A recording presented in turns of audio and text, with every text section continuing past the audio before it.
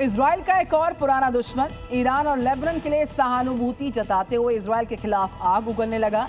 ये देश है तुर्की और इसके राष्ट्रपति एर्दोआन ने नेतन्याहू को लेकर जो स्टैंड लिया है वो तुर्की इजराइल के बीच नए वॉर का फ्रंट खोल सकता है। तुर्की इजराइल की पुरानी दुश्मनी में दोनों देशों के बीच जुबानी जंग मिडिल ईस्ट में खतरे का एक नया संकेत जारी कर सकती है। इस्लामाबाद टॉक्स के द एंड के बाद इजरायली प्राइम मिनिस्टर नेतन्याहू के दिमाग में चल रही पिक्चर बहुत क्लियर दिख रही है।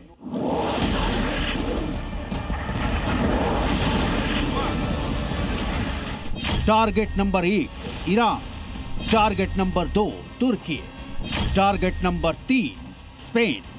इजराइल ईरान के साथ और उसका साथ देने वाले किसी भी देश के खिलाफ अपनी संपूर्ण ताकत के साथ हमला करने की नीयत रखता है और इसे इजराइल अपने अस्तित्व से जोड़कर देखता है।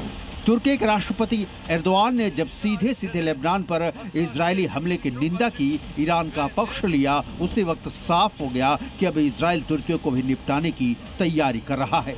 लेकिन इस बीच स्पेन कहां से आया, इसके डिटेल आगे दिखाएंगे। अभी इजराइल वर्सेस तुर्की की इनसाइड स्टोरी देखिए। क्या मिडिल ईस्ट में नया वॉर फ्रंट खुलने वाला है? क्या तुर्की पर हमला करेगा इजराइल? तुर्की इजराइल की लड़ाई हिटलर पर क्यों आई? इजराइल ने तुर्की को क्लियर मैसेज दे दिया है। जिस भाषा का इस्तेमाल इजराइल ने किया है उससे लगता है कि दोनों देशों के बीच सारे कूटनीतिक क्रियाकलाप अब स्वाहा हो चुके हैं। युद्ध ही आखिरी रास्ता बचा है। तुर्की के राष्ट्रपति एर्दोआन, जिन्होंने तुर्की क्षेत्र में ईरान द्वारा किए गए मिसाइल हमले का जवाब नहीं दिया और एक कागजी शेर के रूप में सामने आए, अब यहूदी विरोधी भावना का सहारा ले रहे हैं और इजराइल के राजनीतिक और सैन्य नेतृत्व के खिलाफ तुर्की में ही मुकदमे चलाने की घोषणा कर रहे हैं। मिडिल ईस्ट में तुर्की इजराइल का पुराना दुश्मन रहा है। इस बार तुर्की ने सीज फायर को लेकर इजराइल को खूब खरी खोटी सुनाई। नेतन्याहू को खून से सने और नफरत से भरे कहकर आलोचना की। तुर्की ने नेतन्याहू को हिटलर तक बता दिया। युद्ध विराम के दिन इजराइल ने 254 निर्दोष लेबनानी लोगों को मार डाला। नेतन्याहू खून और नफरत से अंधे हो चुके हैं। इजराइल की नरसंहार मशीन बिना किसी नियम या इंसानी मूल्यों के मासूम बच्चों, महिलाओं और आम नागरिकों को लगातार मार रही है। तुर्की के इस बयान ने पीएम नेतन्याहू को गुस्से से भर दिया।